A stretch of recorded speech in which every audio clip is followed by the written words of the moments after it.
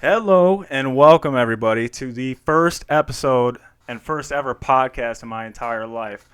I'm gonna go ahead and say, admittedly, I'm pretty nervous, and I'll say that every time. He's But sweating his today, balls off. true. Today, I have a super special guest, funny ass dude, a good friend of mine, 2K and brother. a 2K brother. I met him on 2K, which is random to say the least. But Right. he's actually a former Michigan State football player, 3-year starter, right? 3-year starter. All right, introducing in the first podcast ever, Kodi Kieler.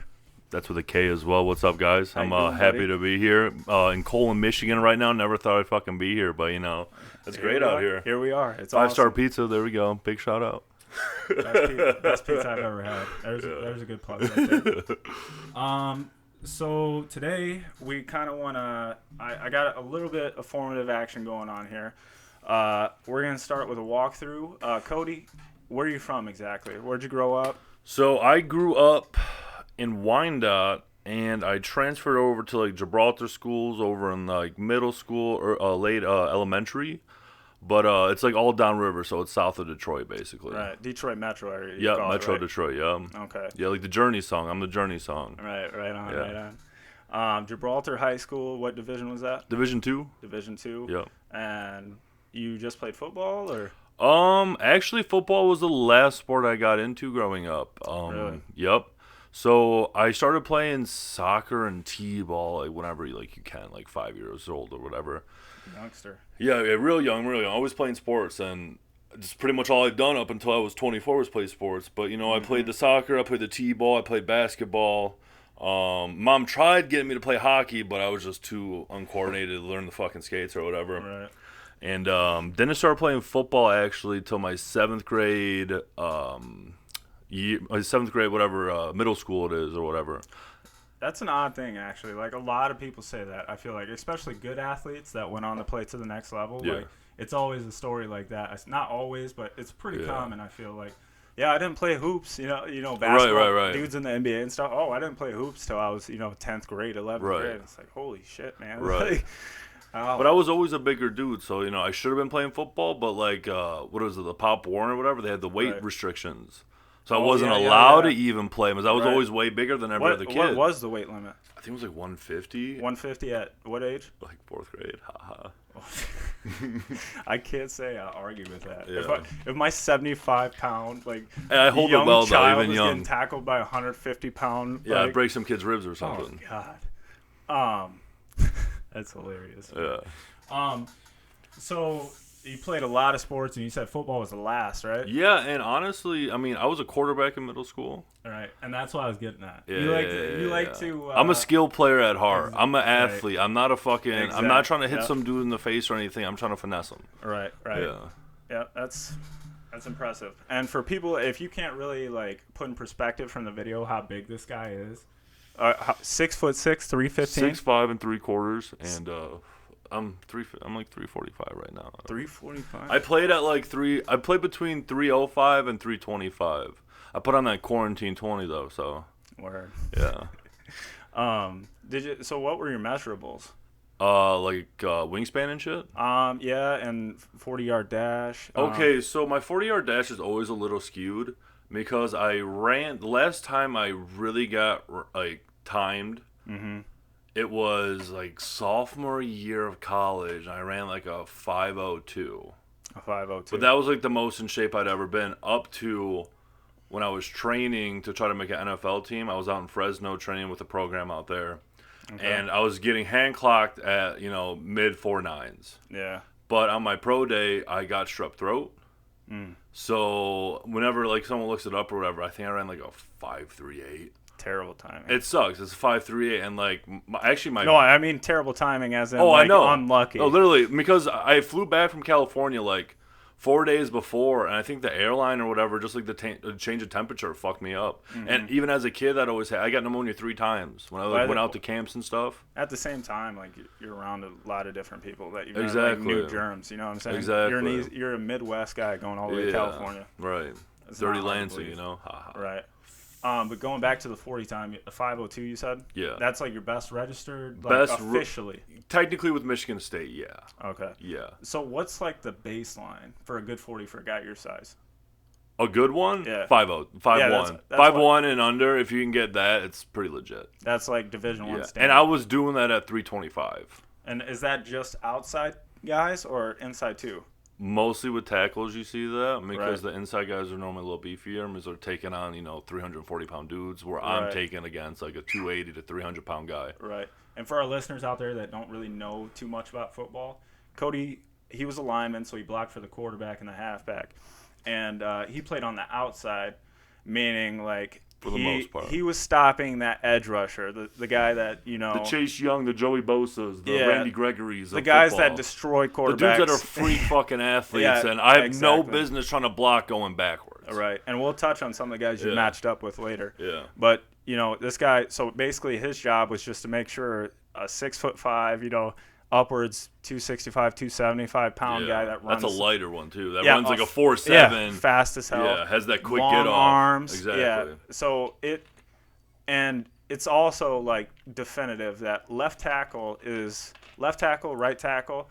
Those are most prized positions for NFL they get paid, scouts. Yeah, exactly. Like it's not uncommon. Like you can always bank on the best quarterback and the best outside tackle to go top 5 every year. Mm-hmm. Every year. But we'll keep going. So let's do a quick run through. So you played football for the first time in what grade you said? 7th grade. 7th grade. All right. So that's middle school, right? You played for the public school? I was like 12, 13 or whatever it 12, is. 13. 11 maybe. Okay.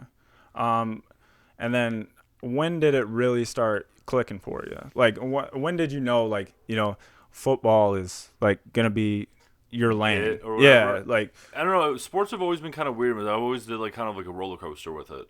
So growing up until middle school, I was always kind of like the player that like people look for. Like you're the one that got scouted. Yeah, exactly. But then in middle school, we had like 25 dudes on the baseball teams. Everyone had to bat. Like no one could really shine. The basketball coaches, I was like the 11th guy on the team. Right. And football was a little bit different because I was the quarterback or whatever. But I handed the ball off 98% of the time. Right. And I played defensive end. So that's what I like. That was my true love, was playing D end.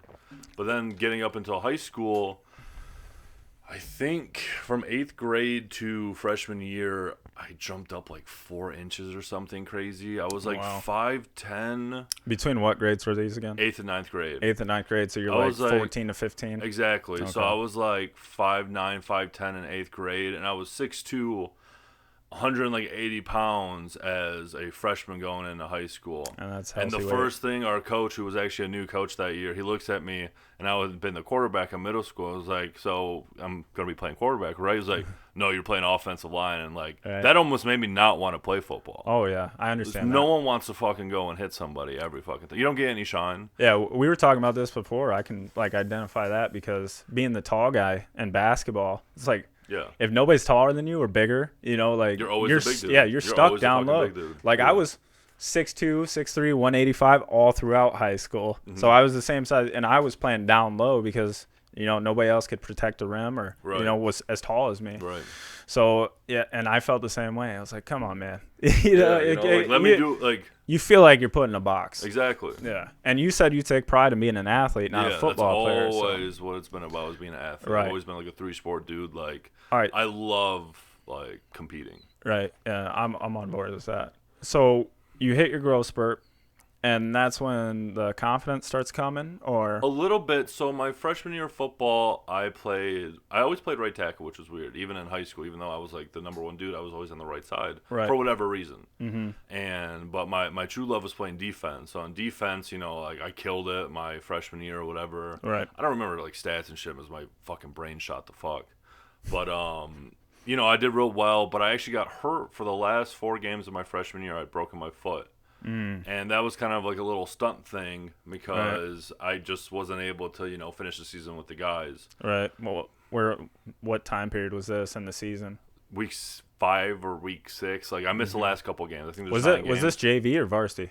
This is freshman. This is freshman. You guys football. you guys had a freshman. Yeah, team. we're D2, Okay. so we had like 1,200 kids, and like football, like back in the day. Now I coach high school football. We barely have enough to fucking fill out a varsity team, Right, and which that's is crazy. And we had like 40 kids on the freshman team. Right. And in our county here, St. Joseph County, like rural all over, even the big towns, like that was always our problem too. Like fielding guys, like it wasn't like me personally. I didn't play football until I was older too, like you.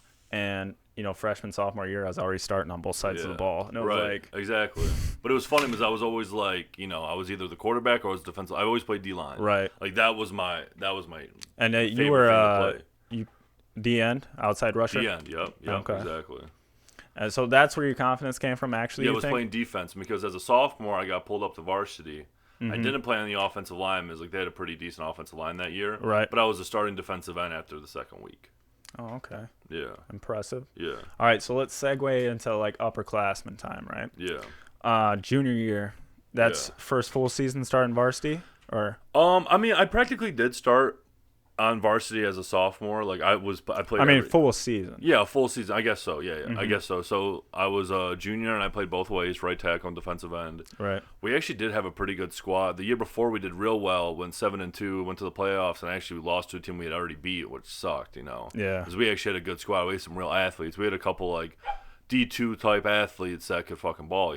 Right. Then we go into our my junior year, and the senior class was great, but I don't know, we were just missing something, I guess, and we missed the playoffs or whatever, and we had 3 or 4 kids that went on. You guys had athletes and stuff. And we played in a shitty league. No leadership? Or coaching was kind of an issue. We ran a spread offense, and we had a bunch of big fucking white slow dudes, you know what I mean? Like, we had skill the year before, like, we had skill positions, but, like, we were just, like, we had one of the best offensive lines for a high school team, and we ran spread. Right. Without a quarterback. Actually, my junior year, we did have a quarterback, but we didn't really have anyone to catch the ball. Yeah.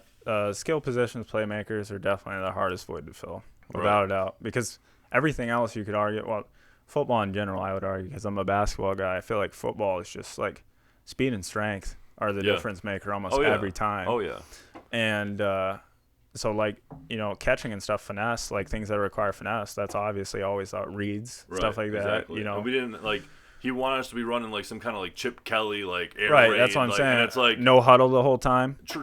Trying to, but you can't really do that with kids that haven't ran this before and like always have been taught. And that's why and that requires a lot of leadership on the field too. You need a quarterback that's commanding that huddle, telling guys you need to be here, you need to do this, and that's super hard to find in a high school guy. Oh yeah, exactly. Super hard to find. Like we were talking about this last night too. It's just like.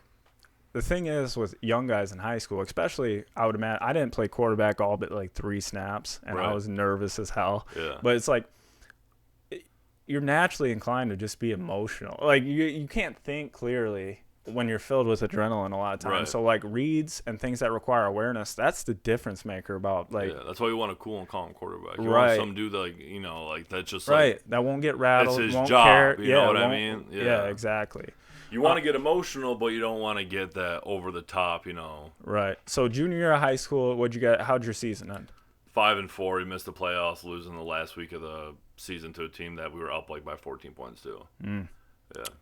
All right. So bounce back year, senior year? No, same shit. Yeah. Yeah, same shit. Fucking different. Fucking whatever. Different bucket. Right. I honestly like football wasn't even like. I did all the football shit, and like when I was doing all the high school stuff, I did some of the camps. Mm-hmm. But I was already being recruited because of my size and because of my speed, because I went down to the U.S. Army All-American Combine in San Antonio as a sophomore or junior. Right. And I had really good speed things, like on like the what is it called, the laser. They had the lasers like for the running stuff. Like a shuttle thing? Yeah, the shuttle, the 40, and all that stuff. Yeah. I ran like a 4.16. Combine workout. Yeah, it's a combine workout. So yeah. I ran like a 5.16, a 40. But what really like opened people's eyes is I got like a 4.64 shuttle. Mm-hmm. That was always real quick with my feet. Like lateral quickness. Yeah, exactly. Extremely important. Probably the most important thing in like on the lines. Right. Because you want to hit your dude first. Right. Doesn't matter how strong you are. If you hit him first and pop him up, he's going to be a little bit fucked up and dysfunctional. Right. And going back to people that don't really know much about football or the positions, the lateral quickness is your side-to-side movement, right? And so Cody's number one job was to stop the edge rusher. So Cody's like in a stance like this. Well, he comes out into a stance like this. And basically a guy's trying to get his outside shoulder and beat him around or spin move. Backwards. Yeah, so like that first step out, what do you super important. It's the first, your first step's the most important. Is that your step. kick out block you call it? Yeah, it's just your kick step. Yeah, kick step. There you go. And that, I mean, that's the technique you thought was most important to you, right? 100%. And I didn't really learn how to do it the right way until after college football. Oh, that's crazy. All right, so you finish up high school. Well, before we go forward to college, was there any what was your regiment like, conditioning and strength wise when you were in high school? I was a shithead. I didn't give a fuck. Really? Yeah. It's all natural. Yeah, it was just all natural, baby. You know what I mean? I'm fucking. I don't know. I don't even know where I get it from either. Like, no one in my family's fucking athletic, whatever. Right. I'm just like an ultra competitor. Like, I don't love to win, but I fucking hate losing. Right. I hate knowing that someone's better than me, but like, I'm not trying to like gloat in someone's face when I beat them. Well, see, that goes back to me saying like young guys can't get out of their emotions. You know what I'm saying? Like, and that's kind of the thing. Like, you want to prove people wrong. You want to do this and that. Yeah. And a lot of times, well, now I'd say more often than not, just biased because it's my case, I'd say it doesn't prove to be a good thing for you ultimately, because all you do is get a huge ego for no reason for a lot of guys. But at the same time, guys like you, it works out. But I mean, you're 6'6", athletic. Like, yeah. So that, like, guys like Michael Jordan, is perfect for him. Yeah, because he's an athlete, dude, and that's just an extra layer to him. Right. So, well, I guess if we could go in retrospect, if you could drop a little knowledge on guys in high school right now, let's say if there was like two things you wish you could do different athletic wise, what would you do today? I don't know if it's so much athletic wise as in just do. The coaches are there for the most part, there to help you. Right. Sometimes you do have the bad instances where a coach fucking sucks, and I had that actually with my basketball and my baseball coaches in high school. Right. Like, we had big beef or whatever, but that's for a whole different story. But like, when a coach is telling you something over and over again and you're not listening, you're telling them you're not coachable, and you're telling them you don't care what they have to think. So why would they ever try to put you out there? Right. And there's a difference between making a mistake, going 100%, and just being a lazy ass. Right. There's a big fucking difference. If you're putting it all out there and someone beats you, that's the fucking game. Right. That's the fucking game. Like, there's dudes better than you. There's dudes better than me. There's dudes better than fucking everybody. Right. Even the best ones get beat because, it's fucking over and over repetitive fucking plays. Right. And that's a pretty, like, standard coach's messages, too. Yeah. Like, I couldn't count how many times at the end of the game, if we lose a close one, but he knows everyone played hard, like, he's not going to rip into you ever. Exactly. I mean, sometimes there's guys that are really cut and rugged. There's a difference between a mental mistake and not being prepared and having a physical mistake and it just like something happened. Right. Like, sometimes the other person is just better than you. Right. Exactly. Which is not a big deal. Right. Like, but okay, so listen to the coaches. That's your message. Like, take criticism. That's a big one. And go to the weight room and like do your shit and work hard. Right. But at the same time, if you don't feel comfortable doing something and if you really are hurt, don't push it. Right. That's my big thing. I learned that in college where I shouldn't have been pushing it as hard because my body never recovered. And that's a big thing. That's a big difference. Is in high school, yeah, you might get hurt, but dude, you recover so fucking quick because you have 9 games and you have a 12-week season compared to I was playing football for 365 days. Yeah, it's crazy dynamic because in high school, you're like, I wish we could play every day. Yeah, like, why do I got to practice 3 times? Exactly. Well, football's even worse because you're playing once a week, and it's like we could play twice a week. Honestly. You could, I can't. I'm not for the offensive lineman. Oh, yeah. See, I'm not getting hit every play. Yeah, see, I'm getting hit every play. Like, go do your 7-on-7s, and I'll watch. Right. You know what I mean? All right, so let's segue into college now. The recruiting process. You said it started when you were a young guy. Yeah, I actually got my first offer right after my sophomore year by Central Michigan. Oh, really? Yeah, and it was mostly because of size. Like, I didn't put up crazy numbers or anything, but I could move on tape. I know I didn't have the best grades. I wasn't a smart dude or whatever, but like, I did what I had to do to get through. Right. You know what I mean? You stayed eligible. I stayed eligible, exactly. Right. Like, I got a 20 on my ACT, And I had like a 2.5. That's all you got to fucking Well, do. 20 is above average, I think. Yeah, I know, but still. I actually have a funny story about the ACT. I had to take it 4 times. Really? Yes, the first time I took it, I got a 17. Then I took it again and got A lot of people would be happy with that. I know, but you had to get an 18 to get in. To Central, you're saying? Any Division I college. That's the standard, 18 on your ACT. Yeah. And the second time I took it, I got a 23. I may have gotten help from somebody.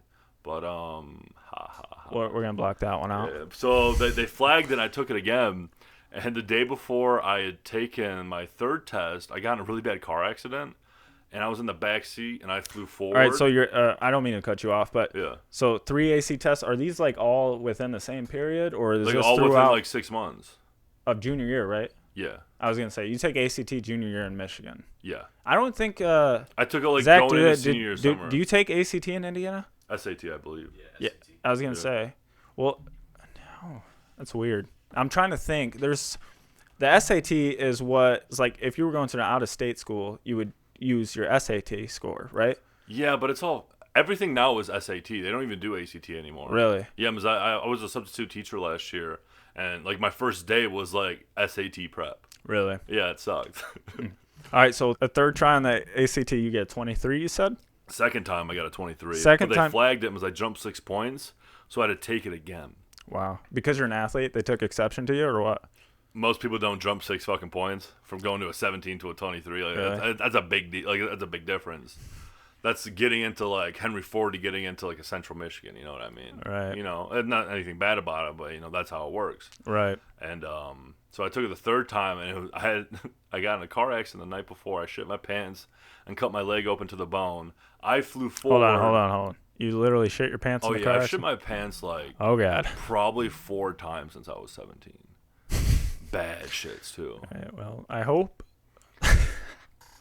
we won't go into the reasoning, but you were so scared in the car accident you shit your pants. Yeah, and I broke a girl's back that was sitting in front of me. Like I flew so hard and up, I broke the girl's back driving. Oh wow! All right. Yeah. So right after ACT or right before you said? Well, right before, like 2 days before. The last ACT. No, my third ACT. How many? You took it 4 times. I took it 4 Holy times. crap! All right, so I'm gonna guess you're insinuating that this was the reasoning for. Oh, I was all like, they gave me like a bunch of like painkillers and stuff. I was in pain. Like my bone was sticking out of my ankle. Oh god. You know what I mean? Like it hurt or whatever. So I got a 16 that time. So I did worse than the first time I did it. And then finally the 4th time I was like in a room by myself and I got a 20. Right. Did you have to pay out of pocket for all these tests? It was like $125. I was gonna say they're not my mom was cheap. pissed. They're not cheap. But I mean, I got a full fucking scholarship that I won't ever use. Ha ha. All right, so you finally got your ACT score to check out. Yeah. This was junior year, you said. Yeah. So let's backtrack just a small bit. You said you got your first offer sophomore year from Central. Yes. And so was Central like your focus? Like you wanted to be eligible to go to school to Central immediately, or? No, I was like, I wanted to go bigger. I didn't want to go MAC. Right. I wanted to play big time football. So, I grew up actually a Michigan fan. Between your sophomore year, getting your first offer, and taking those ACTs, did you field other offers? Oh yeah, I had like all the MAC schools. I had Purdue, like in Indiana, Cincinnati, and Michigan State, of course. And I actually, the only camp I ever went to was a Michigan camp, because I grew up a Lloyd Carr fan, you know. Like, really? Yeah, I mean, those are the dudes, and where I'm from, it's Ann Arbor, 45 minutes away. Yeah, for people that don't know Lloyd Carr, could you explain a little bit? He's just a great coach, and he's actually from Riverview, so he's from downriver. Okay, so he's a local guy. Yeah, but he doesn't ever go back and shit, but you know. Right. Yeah, there's a Lloyd Carr baseball field. Well, you can identify with him on a lot of things. Right. But, you know, they had all the good teams, 2002, the national championship, all that bullshit. You know, Braylon Edwards catching the 3 touchdowns or whatever. Yeah, he was really good. And I used to be a Mike Hart fan, but, like, having to watch that video, the little brother video or whatever, like, now he's a goon. I don't know what you're talking about. He, after Michigan State in 2006 or 2007, were up like 14 points. I can't remember the fucking actual scores. But Michigan came back and won it. Like, you know, you got to throw your little brother a bone sometimes, but then you got to steal a bat from or whatever. Yeah, they love. And that's the famous Coach D thing where he's like, "Oh, this is never over. Like, this is just the beginning. Like, whatever, you know, that type of deal." Fuel to the fire of that rivalry. That's what they always. Little brother is like such a common reference in college sports. Oh, for sure. Especially Like, interstate rivals. That's always the thing. And looking at it now, like, and having, I mean, obviously I'm a little biased, you know, but like, I normally root for Big Ten. I want to see Big Ten perform. That's the fucking conference I played in. Right. But Michigan has been the most overrated fucking team for the past 20 years. That's debatable. I'm a Notre Dame fan, so. Yeah. Well, I mean, at least Notre Dame's made it to a national championship or two. Right. Well, that's the thing, though. Michigan we got blown out, Big and the Ten argument is like, you know? why did they even get to play? Right. But the way I analyze the Big Ten thing, well, you played in it, so obviously you would want. But it's a pride thing for area, I feel like. Oh, for sure. Like we're, a Midwest, North. Like, we want our football teams no one ever talks about the Midwest for anything else besides sports. Well, I'm saying the battle East Coast, West Coast, and the Midwest. I'd argue that the battle between a football supremacy is like, I mean, the SEC has it. Like, no doubt. Alabama. Big Ten's right behind because of Ohio State. That's the thing. If any other conference has. ACC kind of has it too because of Clemson. Yeah, but I mean, ACC it's one. It's one team. I'm a big Pitt fan though. Pat Narduzzi's the dude. Yeah. Yeah, Doozy's the man. Pitt. They randomly Notre Dame always played Pitt. We play ACC schedules. Yeah. And there's a part of the ACC now. Well, was that I didn't read. Is that like I believe full-fledged? Because I know for the COVID shit or whatever, but I don't know if it's there for afterwards. Notre Dame's odd because they still are independent, but not they basketball, pick though. and choose. Yeah. See, that's one thing. Yeah, how can you play in one conference in basketball? And it's weird. Yeah. But nonetheless, I was gonna say Pitt always has a random like good running back one year that just dices us up. They've had like dude. killer players, bro. They've had Aaron Donald go there. They had I forgot about who's the cornerback that's really fucking good? The corner. Yeah. Oh, this is gonna bug me. Yeah, I'm not gonna be. He's real good. Oh God. Well, like what era? 2010s. 2010s. Yeah. So he's still in the league right now. Yeah, I believe so. Hold on, did Darrell Revis go to Pitt? Yeah, that's who it is. Darrell Revis. Yeah. Island Revis, or what the fuck his name is. Revis Island. Revis Island. He was undisputed like best corner in the league for a couple years. Oh yeah, like they have big players come out of that, and they have a good program. Right. And Pitt's always shadowed though by Penn State. Right. But anyways, so we're going back to your recruiting. So you fielded, you said all MAC schools being, and then you said several big schools. Yeah, like small. But you were waiting on the one from Michigan. You said. Exactly. I grew up a Michigan fan.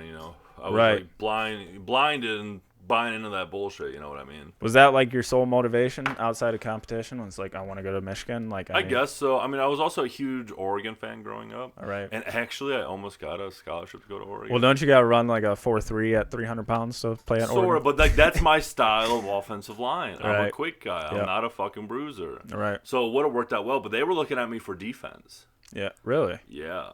Inside, outside guy? I would be like their inside nose because they always had that big, stocky inside nose, dude. They run a 3-4? Yeah, they run 3-4. So they scouted been for a Reek nose Armstead, tackle? DeForest Buckner, and me in the middle. Oh, wow. That would have been fun. Yeah, but they actually came in after I was committed to state, and I don't even know why they came over to the school. Like, but I came and they meet me or whatever, and they talked to me. They're like, "Yeah, if you didn't commit so early, we're thinking about offering you, but we feel like you're going to be a state guy, so there's really no point." I was just like, okay, like Oregon was my team. That was fucking the Chip Kelly, like Rose Bowl. Like they went to they never won it, but they were the team growing up in high school. They got swag, man. Yeah, they Ducks got swag. Yeah, I know. They're the first ones. They're not fat man swag though. Those fucking tight ass fucking sweatpants and shit. I can't be wearing that. It looks stupid. Yeah, Slim exactly. fitting. Yeah, Oregon definitely had the swag. Still do, dude. Like 70. How many uniforms they got now? Fucking 3,000. They like the most. Yeah. I don't even know it's because Nike's headquarters is in Oregon. Yeah. And I want to say Phil Knight. Yeah. He's associated with Oregon somehow personally. He is. Oh, he went there? Yeah, he went there. Yeah. If I'm not mistaken, like Nike was introduced as track and tennis shoes, Track right? and field, yeah. Yeah. And Phil Knight made them for Oregon, or he developed them at Oregon's like all the running shoes and shit. I don't know. We would have to double check that. Yeah, but I don't know shit. So that's the reason. Like that tells you why they like Nike went all in with like this was they set the tone too, because if you remember like back in 2010, like college gear and stuff wasn't really. It was pretty bland, dude. Like it wasn't branded. You know what I'm saying? Like imagine like late 90s, early 2000s shit. Like people wore white tube socks, white tube socks, like black tube socks, and then they taped everything. Yeah, exactly. And then Oregon, I would argue that Oregon was like the game changer. Like everyone's seeing Oregon got. Well, they got so many recruits for it too. Well, yeah, they seen that all these young kids were like, man, I want to go there because I want to look fucking cool as shit. Right. You know? That's one thing, and then also like the money, dude. Like I'm sure people started watching Oregon, like partly like kids, young guys. Like it doesn't take much to sway your interest. And exactly. Especially as an 18-year-old kid. Like, who's your favorite team when you don't know anything about any? Harrington fan, even though he sucked with Lions. Big Heisman winner though. He played for the Lions.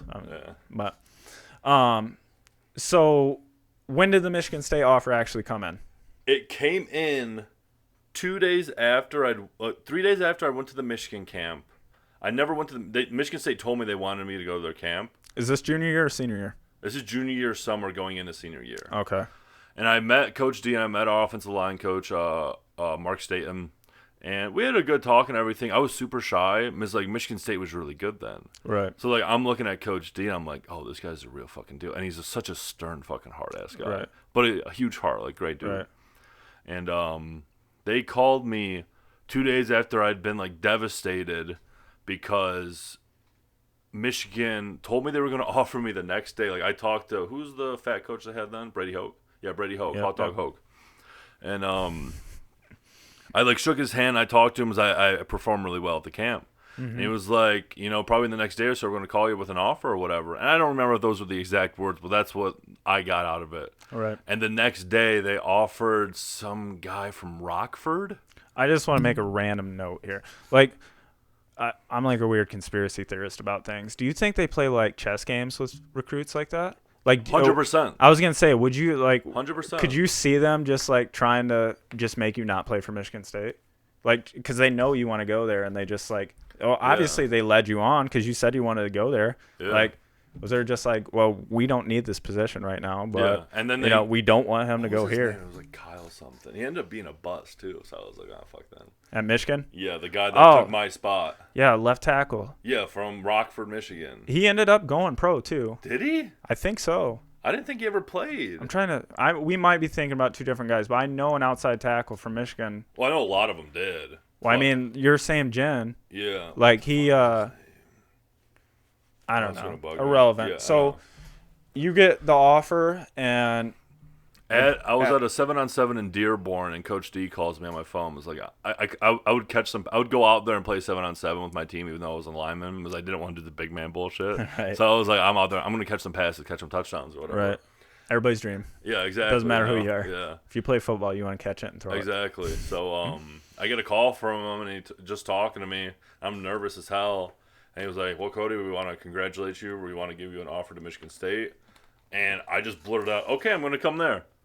Yeah. Like I gave him my like agreement right there. He was like verbally. Yeah, verbally.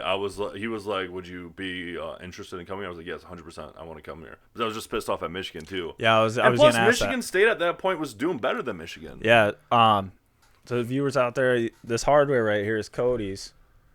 They went to a bowl game all 4 years. You were on campus. Not my senior year. Not your senior year. No, really? I went 3-9.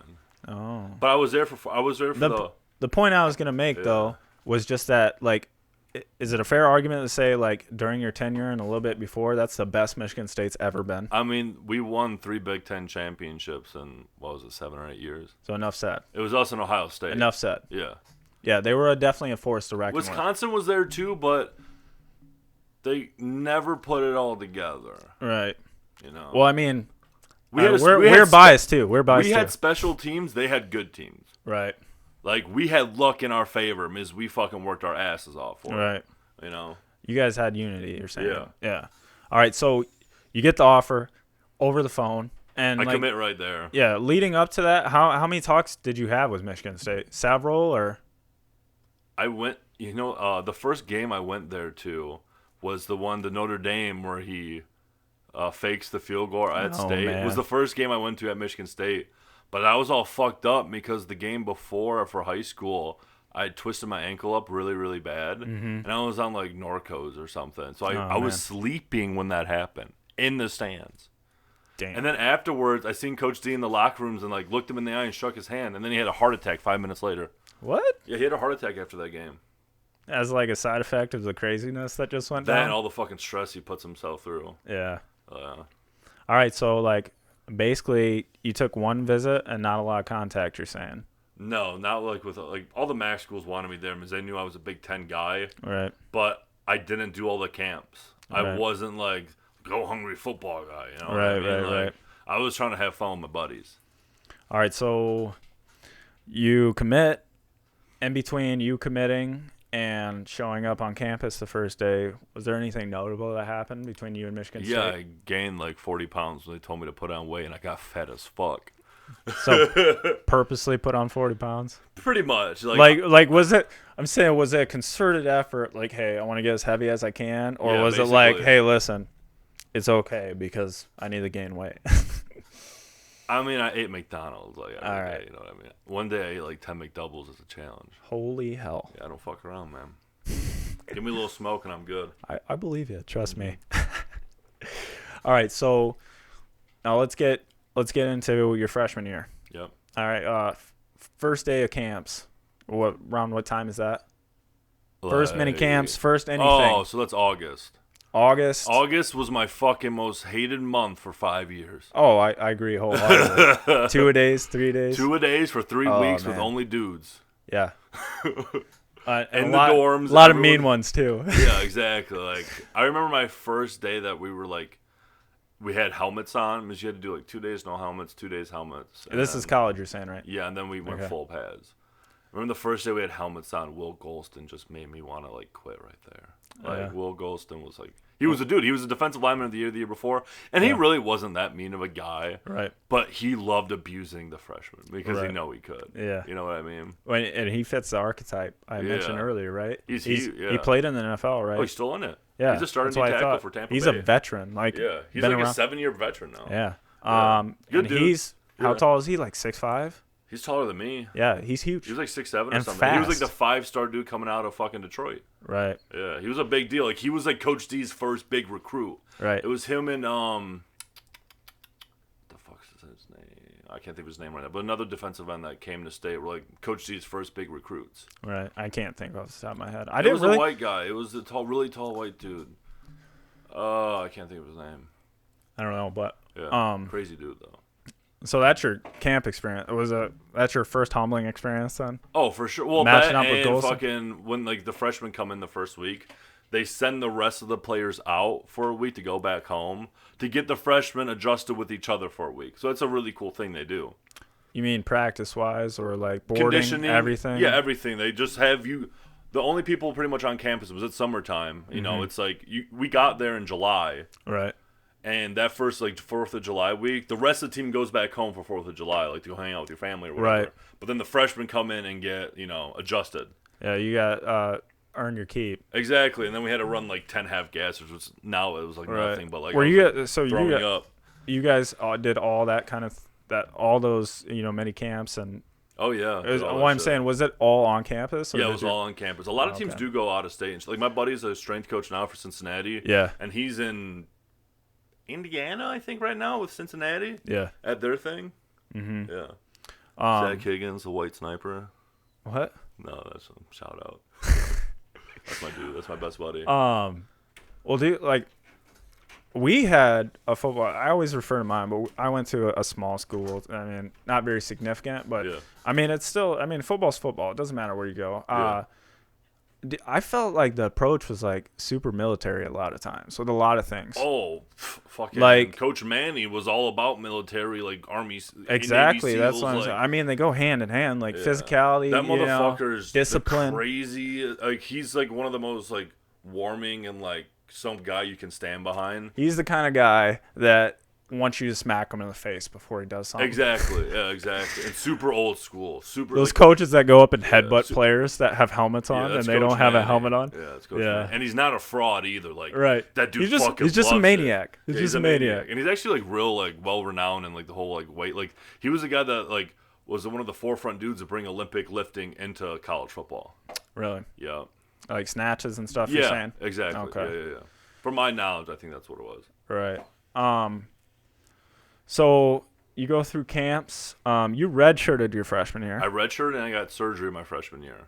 Was that the reasoning for redshirting, or were you redshirting for the sake of playing time? Okay, yeah, so there's no way you were going to redshirt either way. Like 80% of dudes that play college football redshirt. Right, and that's what I was getting at. I mean, if you're not like an impact starter right away, most of the time it's not. It doesn't make sense. It doesn't make sense. I wanted to leave after my freshman year because I hated it so much. Right, and to people that don't understand like the redshirting process, basically the thinking, like the way it works is, and the reason it makes sense for people to sit out or redshirt a year is because it doesn't count towards their eligibility. 4 years eligibility. Right. So you get 5, but you really get the 4. advantage is it doesn't count as long as you don't. There's a snap limit or something? What is it? Now it's way higher. Before it was like 50 snaps or something, but now you can play like you can play 4 games. Right, but the reason it's a huge advantage for younger guys or guys that have to develop is they still like you still get the practice, be around the team, learn the culture, the playbook, condition, put weight on, whatever you need to do to work on yourself, and then because you're playing grown ass men, right? And then if you're redshirting, after you get that whole year of that,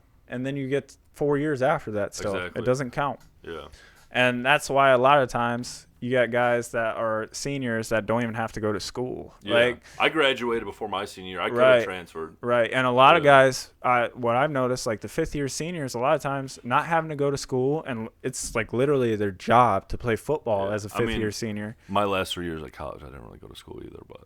Right. I wasn't going to dig into that. But all right, so you redshirt. Yeah. You have surgery on what? My left labrum that I tore actually playing basketball. And that's the backside of your shoulder, right? Front and back. Front and back. It connects pretty much all that shit. Okay. Yeah. Pretty serious injury? Yeah, I tore it pretty good. And I did it like in April, and I finally got surgery in like September. So I did it when I was trying to steal basketball playing like, rec ball with my buddies. Mm-hmm. And the ball got lodged on his thigh. I went to go push it out. My shoulder just popped out of place. It went numb. It was weird. Dude, shoulder injuries are weird. I've only had like one ever, and I didn't go to the doctor or anything because I'm an idiot. Yeah. But I say I dislocated it and stuff like that, but like people say it hurts so damn bad you could never mistake a dislocation. But dude, when it happened, yours probably slipped. Yeah, when it happened, I literally could not feel. No, like, it's all tingly and shit. I couldn't feel the whole right side of my body almost. It felt like definitely whole upper body. After the Alabama game my junior year, I couldn't move my arm for 3 days. Yeah. Well, that's how bad it was. Rightfully so, and we'll get to that. Yeah. So you redshirt, right? Have surgery, recover pretty well, you think? Yeah, I recovered pretty well. But I wasn't able to really like gain like that camaraderie with like the whole freshman class. Right, you weren't doing the same thing as they were. Right, but like I had a couple good buddies, but I wasn't like I wasn't a big partier or anything. Like I didn't like when I drink, I break out in hives, so like that was like a big thing for me. Yeah. Yeah. I wish. Yeah. Right. Maybe I wouldn't have drank at all. Right. I don't know, but to point to that, like I've heard a lot of guys say like rehab is like one of the most isolating things an athlete it sucks can go through. because like while you're at practice or whatever, like the whole team, you're inside with the rehab people. Like I became best friends with all of our medical team because I had 4 surgeries and my body's a piece of shit. You were with them all the time. Yeah, I was their number 1 guy. Right. Yeah. I mean, and that's there's a lot of psychology that goes along with that. Oh yeah, too. fuck me up. I mean, when you're working out, I mean, what else do you think about, right? You're just thinking like, I'm hurt. I can't play. I need to get better. And I mean, it depends how you react to it. So much, you just feel like, oh, this is right. normal. And that's like the Derrick Rose thing, man. Yeah. Like I have so much empathy for Derrick Rose, man, because that's the thing. Like, and that's a common storyline for guys like that. It's just like the worst thing is like motivating yourself, getting over the hump, just to have to start all over again. Mm-hmm. I mean, but Shit so sucks. You recover relatively decent. Yeah. And so that was our Buffalo Wild Wings year. That was like Le'Veon Bell's hurtling people year. Right. So that was cool, but we didn't do great. We finished the season 7-6 and beat TCU in the Buffalo Wild Wings Bowl. Yep. Le'Veon, good name drop there. Yeah. He's a dog. He's a beast, man. Did you guys have any type of relationships as a youngster? He didn't know who I was. Yeah, I was gonna say what class was he? He was a junior and he left. Right. But like, I mean, you were on this team with him 1 year together? Just 1 year. Just like that, just that summer and fall basically. Right. Okay. So season ends. Buffalo Wild went 7-6, right? Yeah. A 7-6, underwhelming season. Yeah. But we had killer talent. Well, that's one underwhelming season for the coaching didn't staff have a and the quarterback talent. Then. That was he was all right, Andrew Maxwell. He just didn't have a thing. Like he didn't have the connections with the receivers that Kirk had, the timing Connor had. Right. Yeah. All right. So sophomore year, beginning of sophomore year. Yep. We'll say that summer. Yep. Before leading up to sophomore year. You're healthy then? I'm healthy then, but I'm still lagging behind a little bit because of, I had to do the the winter workouts a little bit like lackadaisical was my shoulder. I couldn't be doing all the crazy shit. Yep. So I wasn't able to build the camaraderie or whatever, and I was a young guy, and our offensive line was 5 seniors that were great. Right. You know what I mean? So I didn't really have any. Well, I'm sorry, 4 seniors and Jack Conklin. Right. You know what I mean? Mm-hmm. So what was I getting to? So I still didn't really understand like what I had in front of me. Right. As like going into my year. But then like we started winning and the team was having fun. And then I'm thinking in my head like now that I'm practicing against these guys and I'm practicing against, the best fucking defense in the country. Right. And I'm like, the guy they have to go against and I can get him sometimes. Right. I'm starting to gain confidence. Right. So that was huge for me. Starts snowballing? Yeah, so that starts snowballing. And when we were in Pasadena for our bowl practices or whatever, my offensive line coach came up to me. He was like, man, if you would have been playing like you have like the past month and a half, I would have got you in way more games. Right. But I was a special teams guy, and I got to play in, I don't know, probably 5 or 6 games that year when we were up big, that type of deal. And you just alluded to it. That year, conference standings, how'd you guys make out there? Big Ten champs? Yeah, but we were undefeated in Big Ten. The only team we lost to was Notre Dame with a bullshit 2-pass interference. We should have been national championship. Like, we should have been in the national championship game that year. Yeah. We were dogs that year. That defense was fucking nuts. Yeah. I that was a good defense. Max Bulla was your middle guy, right? Yeah, Max Bulla. We had Shalik. That's when he popped off. We had Darquez. Yeah, Darquez, Denard. We had Curtis Drummond and Isaiah Thomas. Our secondary was fucking unreal. Yeah. Those dudes were dogs. And on offense, we had, like, T-Lip. We had Jay Lang, who fucking popped off. Like, Jay Lang was a dog. You're saying all these nicknames. Yeah. No, they're good. They're good guys. They're all NFL talent. Yeah, exactly. Trey Wayans, he plays for my pro team, the NFL Vikings, and he's very good. Yeah, he's a good player. So they had 2 corners that were good enough to be the number 1 guy, the shadow guy. They were both top 15 draft picks. What kind of defense did you guys run actually? 4-3. Yeah. Well, I'm saying zone, man, or just. Coach Doozy did whatever the fuck he wanted. Right. I don't even fucking know. Hybrid. A lot of blitzing.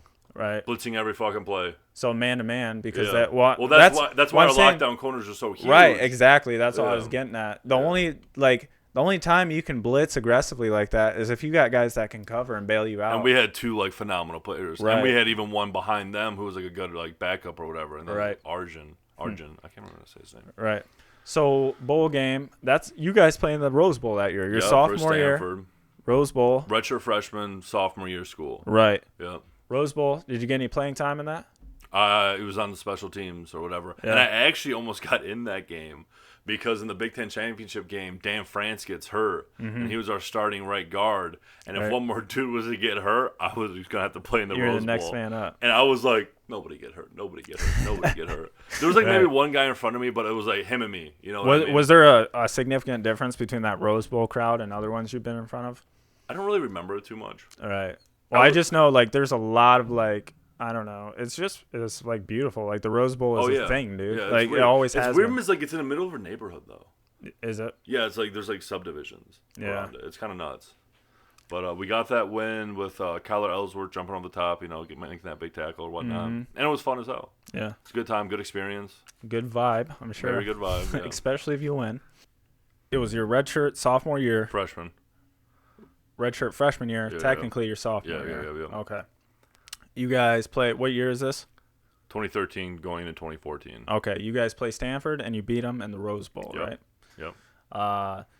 So next year, you're a sophomore, redshirt sophomore, junior in the school, and we have big expectations. We have a lot of guys coming back. Right. For you personally, that summer leading up to your next campaign. Yeah. Was there anything notable about that summer? Yeah. That's when I like probably was the most fit of my life, and I was like running even before we had to run. Right. Like I took it super seriously because my buddy Jack Conklin was a freshman All-American. Like, he was already getting like the NFL, whatever. And Right. I felt in my head, I was like, oh, if he can do it, I can do it. Right. You know what I mean? So I started taking it super seriously. Like, it was the strongest I've ever been. It was the fastest I've ever been. And I was just like taking it 100%. Right. And you mentioned Jack. That line was stacked. How many NFL guys ended up going? Everyone besides me. Yep. Well, Yep. but Jack specifically, he was a dog. Yeah. Really. Yeah.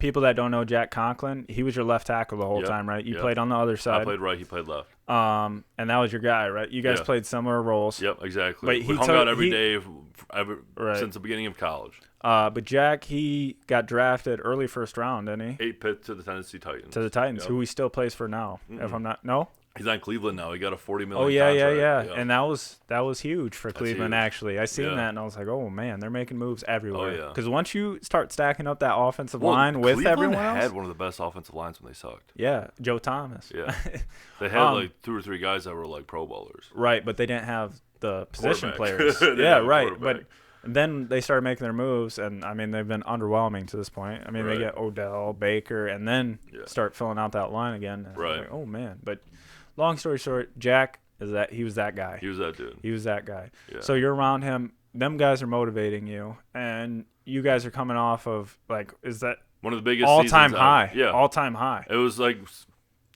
they were in the Rose Bowl the last time was '87 before that. Wow. And the Rose Bowl was the staple of college football. Yeah, Big Ten, like that's your like prized possession. Exactly. All right, so you're putting the work in. Yeah. You're chiseled, feeling confident. Yeah, I'm looking good. So first time you're getting on the field, the results yield right away? Or? 100%. Like, I was way more confident in everything I did. I knew the playbook inside and out. Like, I was out there playing against, Shalik Calhoun, Lawrence Thomas, Joel Heath, dudes like that, dudes that were like legit Marcus Rush, right? Like legit dudes on the defensive line that made me better. Like, conditioned you. Yeah, exactly. Yeah. Like, if I can block these guys, I can block anybody else. Right. That type of deal. That's huge. Super beneficial. Super huge. So that season, I mean, beginning of the season, are you starting right away now? Yes, I started right away. At right tackle. At right tackle because of an injury to a senior, though. I was the 6th guy coming in, but I started the season because he got hurt in camp. Well, that goes back to what I was saying earlier, that next man up mantra. Exactly. It's just like infantry and like army, man. Like a body drops, like next man up. And as soon as I was in the starting position, like I never let it go. Right. Like I was good enough to whereas like I didn't have to worry about it, Right. Yeah. All right, so who'd you play first game? First start. Jacksonville State. Oh, this is the non-FBS. I forgot big teams like to do this. Yeah, my first real team was at Oregon. At Oregon. That was my first game, like basically. Right. And I was going that's against like full circle for you then. Arik Armstead and DeForest Buckner. I blocked all game. And those, oh my gosh, them guys. Yeah, they're nuts. Hybrids. Yeah. What? They're both like 6'7", ain't they? Yeah, they're both taller than me, lanky, and like damn near 300 pounds. Yeah. Oh yeah. Power and finesse. Exactly. Right. All right, so that's your first matchup. Yep. How'd that go for you? Honestly, I did great. I had a pretty good game. It was like. Who'd you match up with specifically? I want to say it was Armstead. Armstead, okay. Yeah, I'm not 100% sure. They did flip-flop a little bit. Oh, okay. That's why I normally got the best player because they didn't want them going against Conklin. Right. And so I was always blocking their star dude. Right. Well, that's usually the difference between left tackle and right tackle. Yeah. Like left tackle holds a certain amount. Like on passing downs, I was getting blitz and I was getting like the four, Right. Because why would you go to the All-American? Mm-hmm. It was a reversal type thing. Because usually, the defense dictates that matchup. Yeah. But you got a guy like Jack, like you were saying. Exactly. They got a plan for him, which is uncommon. Yeah. So that really puts in perspective how good that guy was. Yeah, exactly. So you had a great game. How did you guys win? No, we lost. You lost. Yeah, we lost. But you were confident in your own performance. Yes. And did the team rally after that one? Yeah. I mean, that's an early season loss. Early for a season team. loss. It was pretty much the same thing as Notre Dame the year before. Right. Where we lost early in the non-conference, and then we won out. Actually, the only game we lost that year was Nebraska, I want to say. And they had actually Nebraska had. I lied. No, we lost to Ohio State that year. We went 10-2 that year. That's what it was. We went 10-2. We beat out everybody. We killed Michigan. We lost to Ohio State at home, and we went to the Cotton Bowl. And you guys played Denard that year too, didn't you? Denard Robinson. I want to say he Devin was Gardner. Devin Gardner. Devin Gardner. Yeah, he was the one that replaced him. Yep. Ohio State. Who were they rocking with that year? All I know is Bosa. That's who I had to go against. right. And we'll touch on that. Yeah, that's when they won the national championship, though. And 2013. 2014. Yeah. And that's Braxton and Barrett. Yep, exactly. Yep, and yep. Cardell Jones. They had the three-headed monster at quarterback. Yeah, it's coming back to me now. Yep. All three of them guys played and contributed. Yep. It was weird. Next man up. Start of the season, Braxton was the quarterback, right? And he was coming off like a Heisman campaign almost, wasn't he? Yeah. Yeah. He comes back and he's hurt, and then Barrett steps in and great. Just goes nuts. Yeah. Like, plays incredibly well. The fact that dude never made it to the NFL doesn't make any sense to me. Well, it gets crazier because then he gets hurt. Was this the first year of college football playoffs too? Yes. Yeah. Yes, it was. Yeah, so he gets hurt like week or same week before they go into the first college football playoffs. Yeah. And then Cardell takes over and they win it. Balls out. It's just insane. Yeah, it's pretty nice. But anyways, let's backtrack to where we were earlier. It's redshirt sophomore year. You guys just lost to Oregon and you rallied. You responded. Next week, what came out of it? The next matchup. Did you guys destroy them? Yeah, I think we did. Yeah, it was Eastern Michigan. We won like 55-7. Right, because I'm guessing that's kind of what you were alluding to. Like you guys, it was your reaction that really painted the picture for the rest of the season. Yeah. Like you guys got humbled right away, which a lot of coaches say publicly, like, we won our loss like right in the beginning, so these guys can get their head out of their ass. You know? Yeah, and that year actually our offense was the big contributor. My sophomore year, like we scored 33 points a game. We were blowing teams out. Right. We'd never really blown teams out before because we were a defensive team. You guys had LJ Scott? No. This was Jeremy Langford, T. Lips. Oh, like, yep. There's Jeremy Langford and T. Lip. Like they just fucking went off. Yeah. What about Cunningham? When was he? Cunningham. BJ Cunningham, I think. Oh, he was before. That was Kirk Cousins. Yeah. Oh my God, that dude was a beast. Yeah, he was. He might still play in the CFL. Yeah, he was good. All right, so you guys go through. Was that the only loss you guys got that year? No, we lost to Ohio State. You lost to Ohio State same year. 10-2. We got a bid to go to the Cotton Bowl, but not the playoff Cotton Bowl. And that's the year you guys matched up with Baylor, right? Baylor, and they had that 6'8" Sean Oakman. Yeah, and that's when it was that viral photo of the coin toss. Yeah. Sean Oakman looks like goddamn. I don't even know, man. Like he looks like a comic book character. Yeah, all the low cut. Yeah, six pack. Crazy. Just a freak. Yeah, he's huge too. Was that your matchup in that game? No, he actually went against Conklin for the most part. Yeah. And I was surprised about that. I had their other guy who was like a little dude, and he wasn't shit. Right. They had one other good guy in the middle, but he was just fan strong. Right.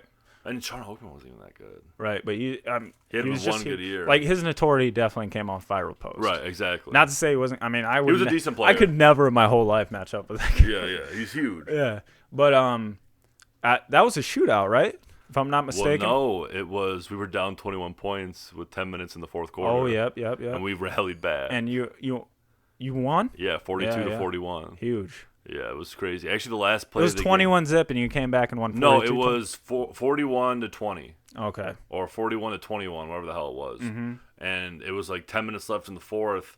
We block that punt or whatever and run it halfway back. We score. We get a pick. We score. We had to punt it one time, but the defense got it back for us, and we drove it, and we won. Right. You guys had like 6 things needed to happen for you guys to win, and they all happened. Yeah, exactly. Yeah, that's crazy. So you guys win bowl games back-to-back years. Yeah. All right. And Baylor, the reason I was asking about the shootout, I mean, it was a high score. You could 42-41. Right. That's Big 12 football. You guys are playing there, and you guys are grinders too. So like Michigan State.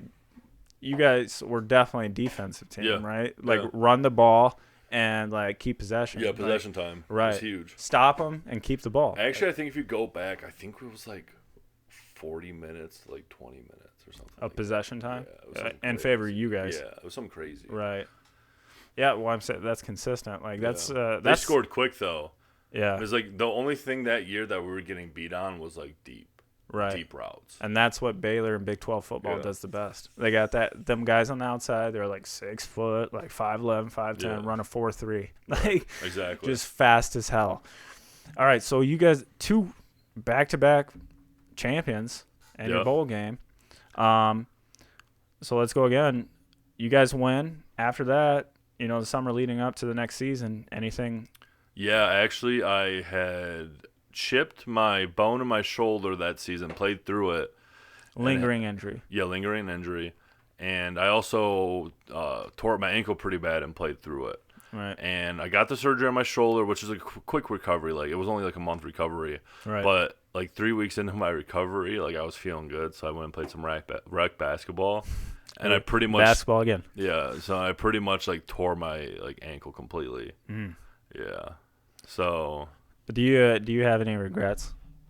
I wasn't even doing anything crazy. Like, it was already so messed up. Well, I mean, particularly playing through injury. Yes, I definitely wish I wouldn't have as much, because I would have had a better shot to make money. But at the same point, I wouldn't have been able to maybe give the team like that extra added like player, you know what I mean? Right. Maybe like they had to throw someone else in that tackle. We might have not won a couple games. Right. You know what I mean? I was kind of like wondering, do you think it was even really like possible for you mentally to not?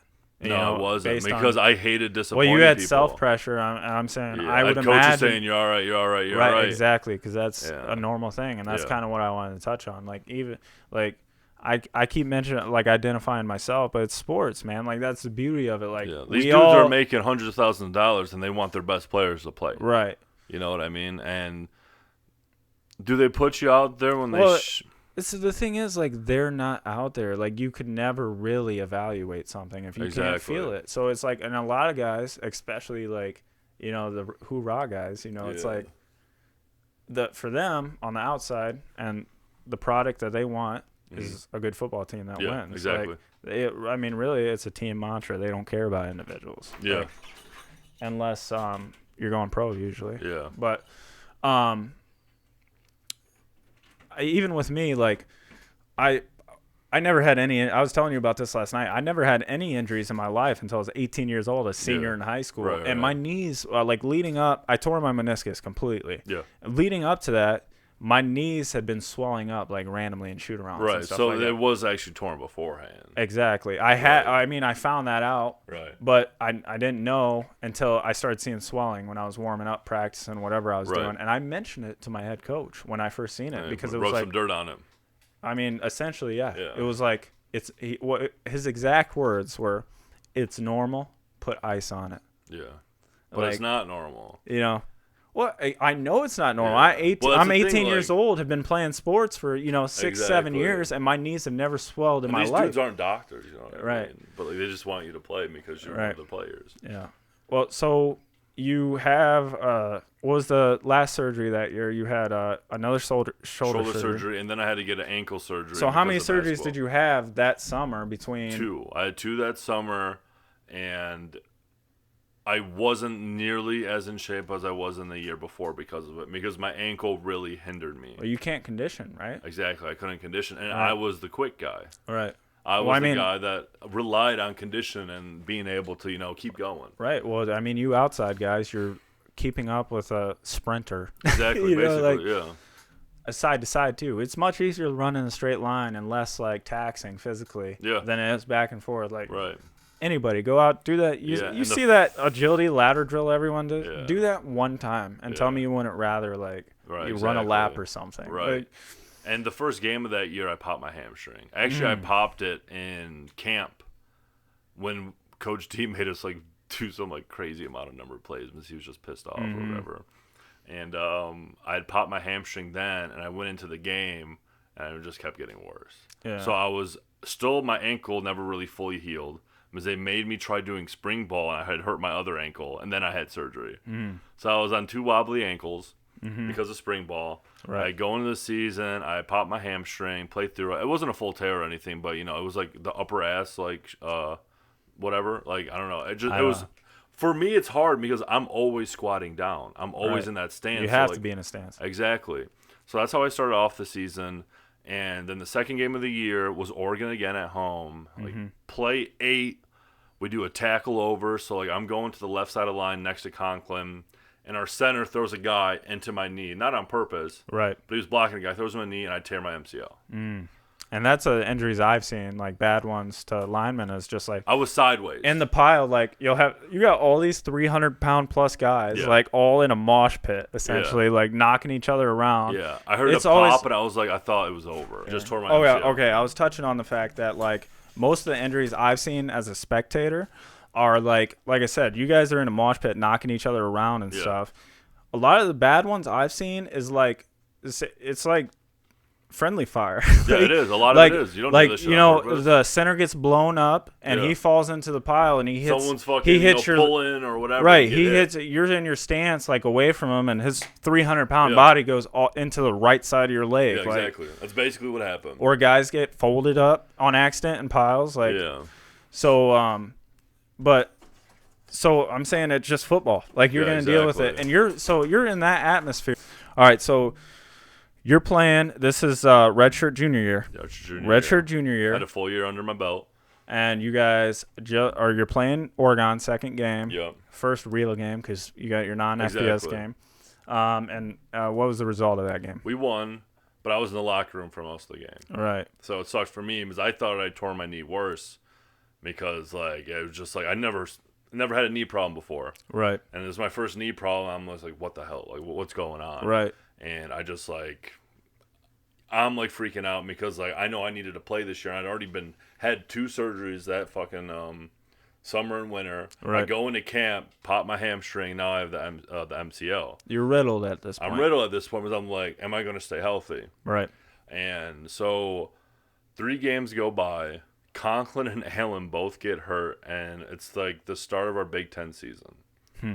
So we play Rutgers, and they're asking me to play, and I'm like, I physically can't get in a right tackle stance. Right. Because of my knee and how it's positioned, like cocked sideways. Right. I can't get in that position. So Conklin's out. They need a left tackle.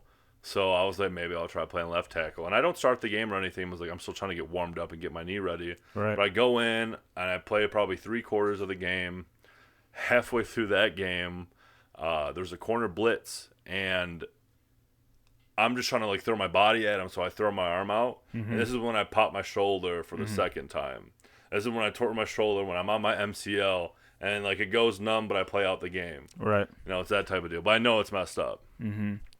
And for the rest of the season, basically, it was just a dog grind. Like I can imagine. Pain. I was just trying to get through it.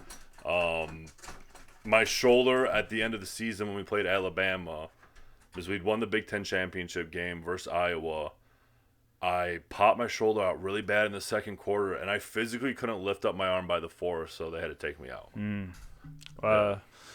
Man, you said that was against Alabama, and that's the end of that season. That's the end of the season. Okay, so long story short, you were dealing with injuries like you never had in your entire life. Exactly. This is your first upperclassman season. And as a sophomore, I didn't give up a sack. Right. My junior year, I gave up my first 3 sacks. Really? Yeah. So, as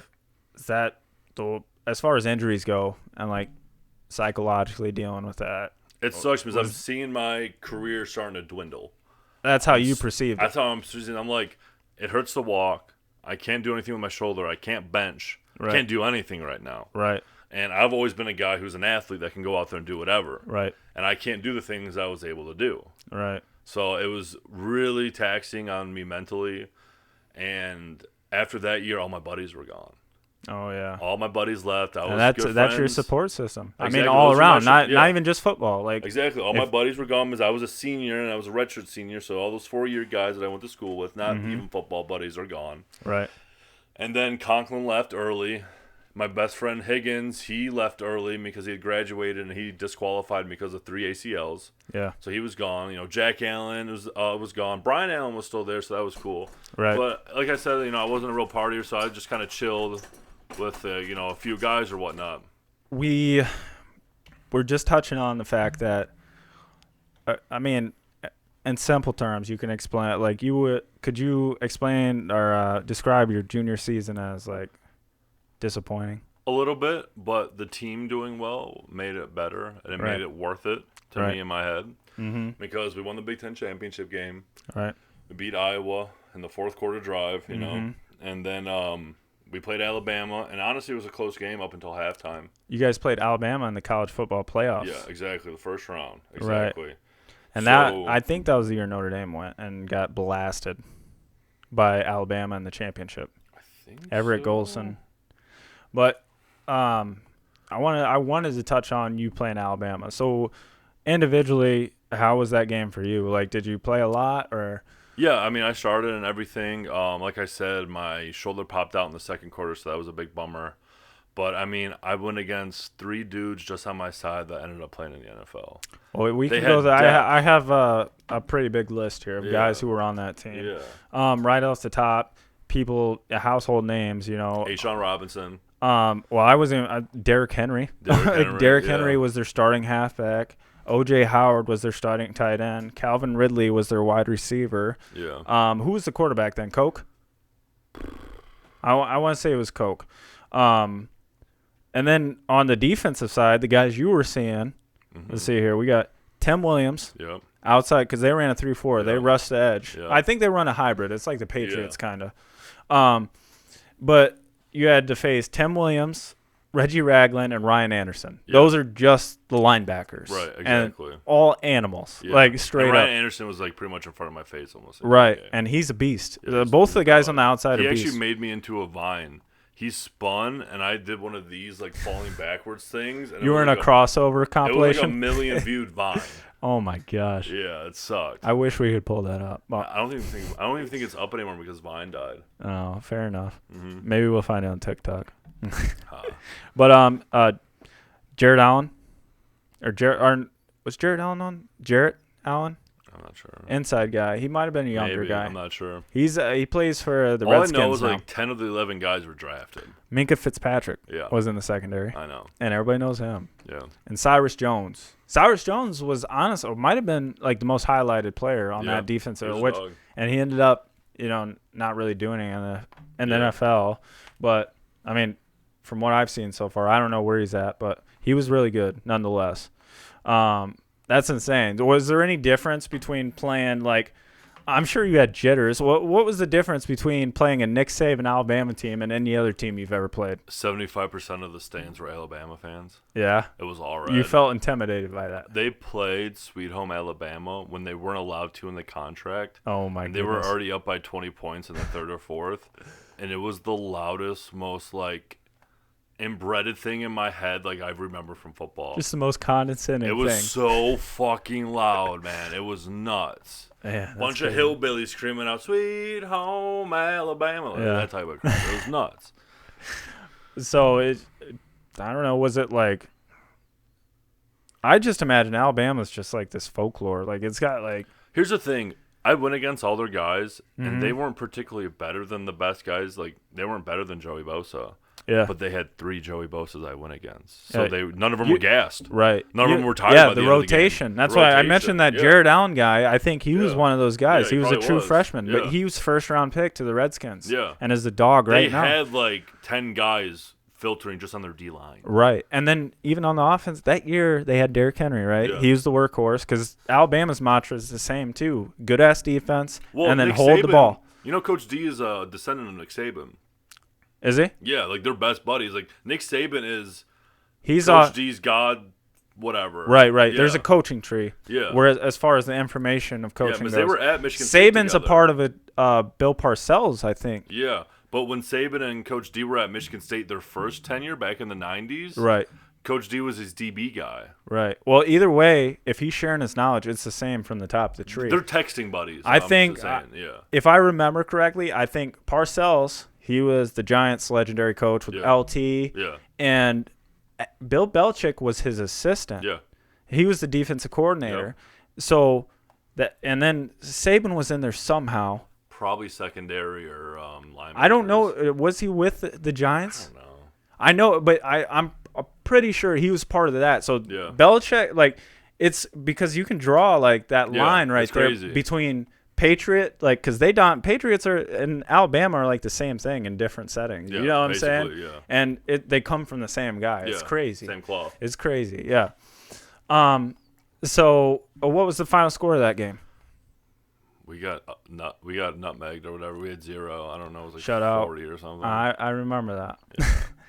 I'm not gonna lie. After seeing that, because I thought highly of Michigan State. I always did. We were so injured by the end of that year. I like Michigan State way better than I ever liked Michigan, but that's Notre Dame bias. Like honestly, we never really took Michigan State nearly as serious as Michigan, and I just think it's from like, it's just like tribalism kind of thing, not necessarily the football, like because there was like Michigan brands is Michigan, Notre Dame, Alabama, Ohio State. Exactly. Name brand teams. Like Michigan State was better than Michigan, but we still always wanted to beat Michigan worse. Right.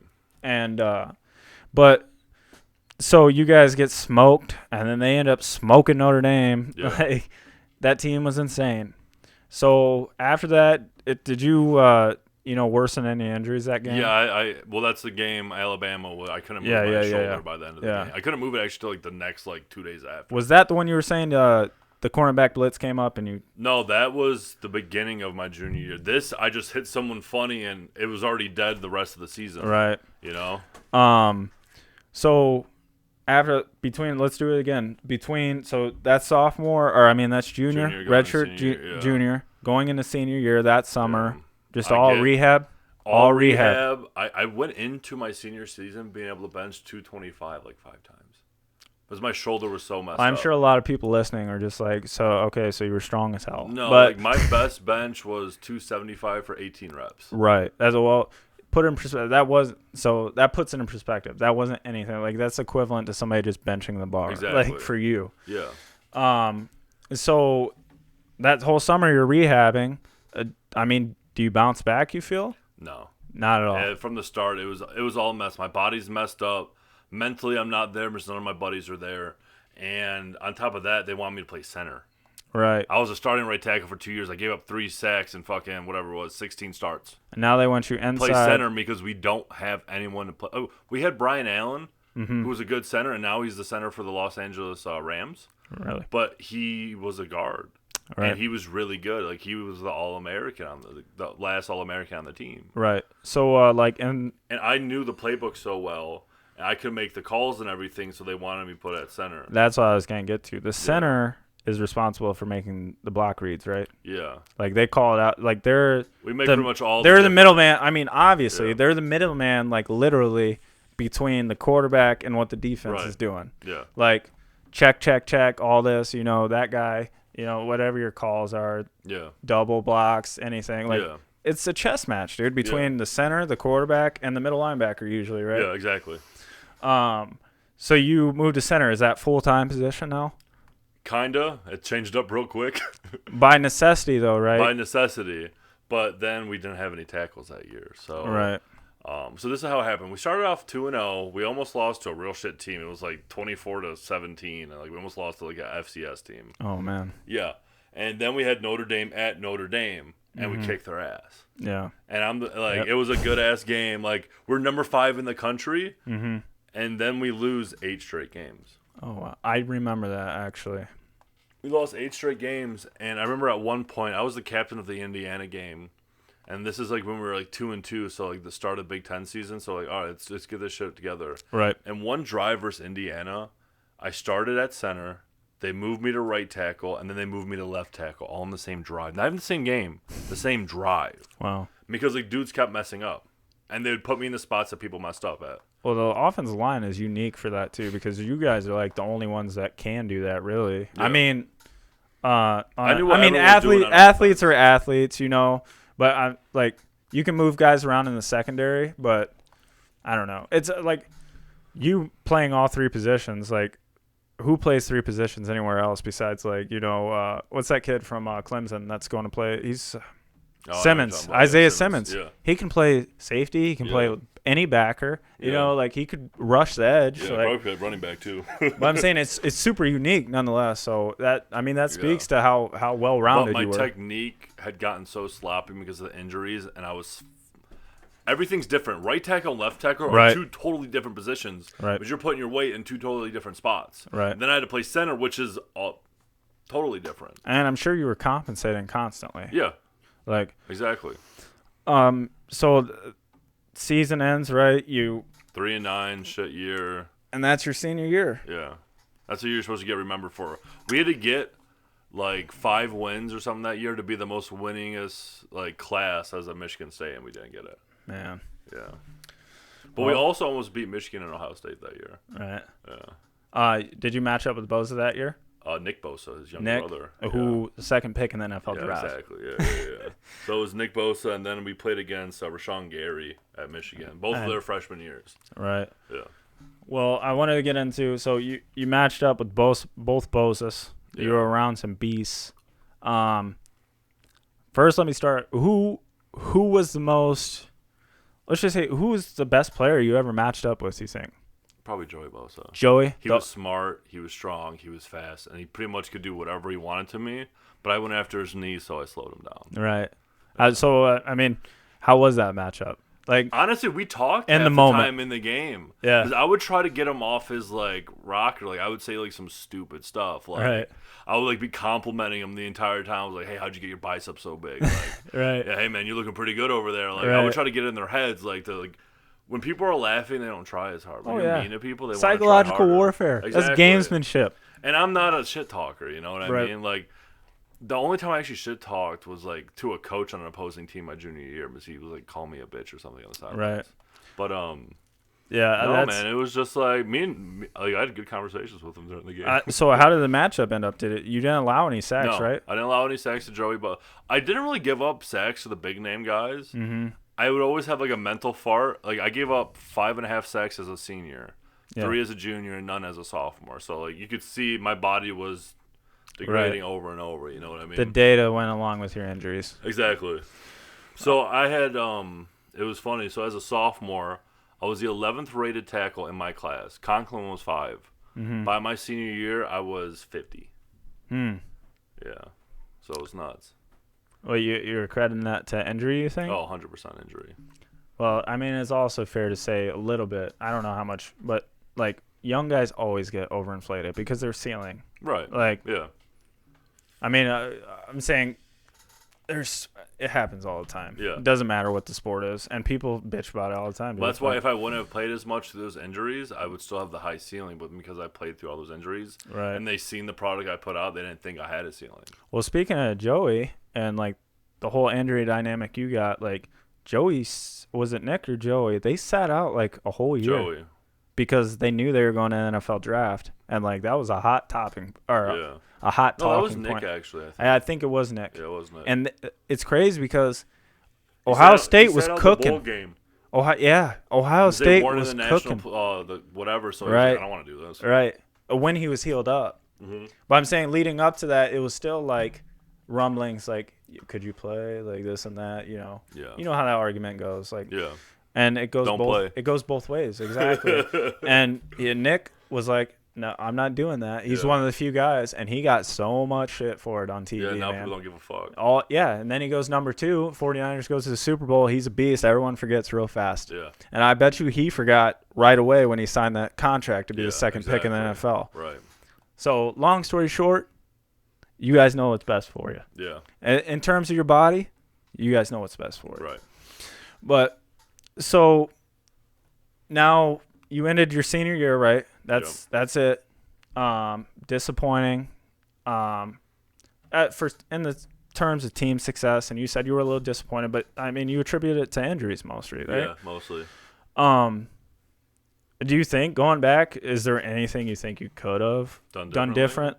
Not play basketball in the summer? Maybe. I don't know. Like. I'm not advising for that. I love basketball, but I don't know. I'm sure your coaches would say that. Honestly, there's not really much I could change. All the shit that happened was just like in a spur of moments, like sport, you know. No regrets. It just sucks. I don't have any No regrets, but I loved it. That's my credo. Yeah, right. But no, I mean, I loved it. I had a great time and shit. Like, it was a cool experience. I wish I would have made some money out of it, obviously, because that was my end goal. No. But, you know, it was cool. All right. But after that, you still – what's the rumblings from the NFL and the scouts? So I go out to Fresno. I get an agent. Pick the wrong agent. He's a douchebag. Can we kind of explain before we keep going, like the agent process? I don't know anything about that, and I'm sure nobody else does either. So going into my senior year that summer, a bunch of agents would hit you up, and I had to. How do they get in contact with you? Facebook, Instagram, whatever, email, whatever. Whatever they can. Exactly. They would try to get you, and I had a bunch, like a decent amount of mid-tier agents trying to get after me. And by the end of my senior year, I had to pick from like 3 or 4 dudes that were nobodies. Right. And I picked a guy because he was going to send me out to Fresno and work out. And it was a really good time out there and everything, but like he didn't know anyone to help me get in somewhere. So like he didn't have the connects. So the workout in Fresno, is this just like a publicity thing? Like I'm saying in terms of like putting you out there. I wanted to be somewhere warm so I could I'm saying it wasn't an NFL tryout, was it? No. This is just training for it. Okay. So this is leading up to your. I didn't get invited to the combine, which I was a 3-year starter at State. I didn't get invited to the combine, which is nuts. Yeah, and halfway through my training in Fresno, I rolled my ankle really bad. So I really only I had 2 weeks before my pro day where I was like back to 100%. Mm-hmm. And then I had the strep throat, and I had a great time in Fresno. Shout out AP, shout out Dave, he's the man. But no, I mean I had a great time out there. I got super in shape. Like I said, I was running the 4.9 or whatnot, and I was feeling super confident in myself. Then the ankle happened, then the strep happened, and then I just had a terrible pro day basically. So did anything did you and your agent, did that tarnish the relationship at all? Because you said you had your complaints. Is that in retrospect or? I guess, but even after I did my 2 mini camps, like rookie mini camps, I had one with the Vikings, and I had one with the Cardinals. Right. And I had 2 really good mini camps, and he couldn't even get on the phone with anyone to talk to them about me. And I had he was Tony Soprano. Incompetent, you feel? I had Tony Soprano and who's it? Drew Gooden, who's the offensive coordinator for the Cardinals a couple years ago. He was a Michigan guy. Can't think of him, but they came up to me and like, you're doing a good job. They weren't just blowing up. Like they don't give a hell. Right. I'm not making any money. I'm there for free to hopefully make. They have no reason to lie to you. Exactly, and I was performing really well. Right. And he couldn't even get on the phone with someone to talk to someone of them for me. So after that, he got me into a camp up in Winnipeg. Didn't get paid. Was up there for a month and a half. Actually, became good friends with Dan Lefevre, if you remember him, the CMU quarterback back in 2010 with Antonio Brown and Stanley or Staley. I can't remember his name. Became good friends with him and was playing tackle, doing good. They already had a bunch of American guys, but in the CFL, how it works. You can only have a certain number of American players. And the CFL is Canadian Football League, if nobody knows. Exactly. And you can only have a certain number of American players, and they normally don't waste them on the offensive line. They can only they have a quota? You had to have half Canadian, half American. Yeah, so that's why they kind of suck. That's crazy. Yeah, but so I do all that. I do well. The day before my first preseason game, not a day before, 4 or 5 days before, they moved me to center after I've been playing tackle for a month. And there, where are you at in Canada? Winnipeg Blue Bombers. Where's that at, really? Everyone knows Winnipeg, I think, geographically. On top of Minnesota? Okay. I believe. So it's really not, a lot of Canada, we're Michigan guys, a lot of Canada is, it's a different country, but, as far as, the environment and all that, Yeah. Same shit. It's not too much different. No, same shit. You just pay a lot more taxes. So you felt pretty comfortable, you said? Yeah, it was cool. Whatever. Yeah. I did great. I thought I was doing good. Was dealing with both my ankles swelling up after practice every day, so that was a real bummer. And they moved me to center a week before our preseason game after I've been playing tackle for 3 weeks doing well. Right. And right there, I'm just I'm getting cut. And I play the game. I don't play until the 4th quarter with Dan Lefevre. And we came back to win the game, and we scored 3 touchdowns in 8 minutes. How'd you rate the experience, though? It was cool. Those coaches kind of sucked, to tell you the truth. Yeah.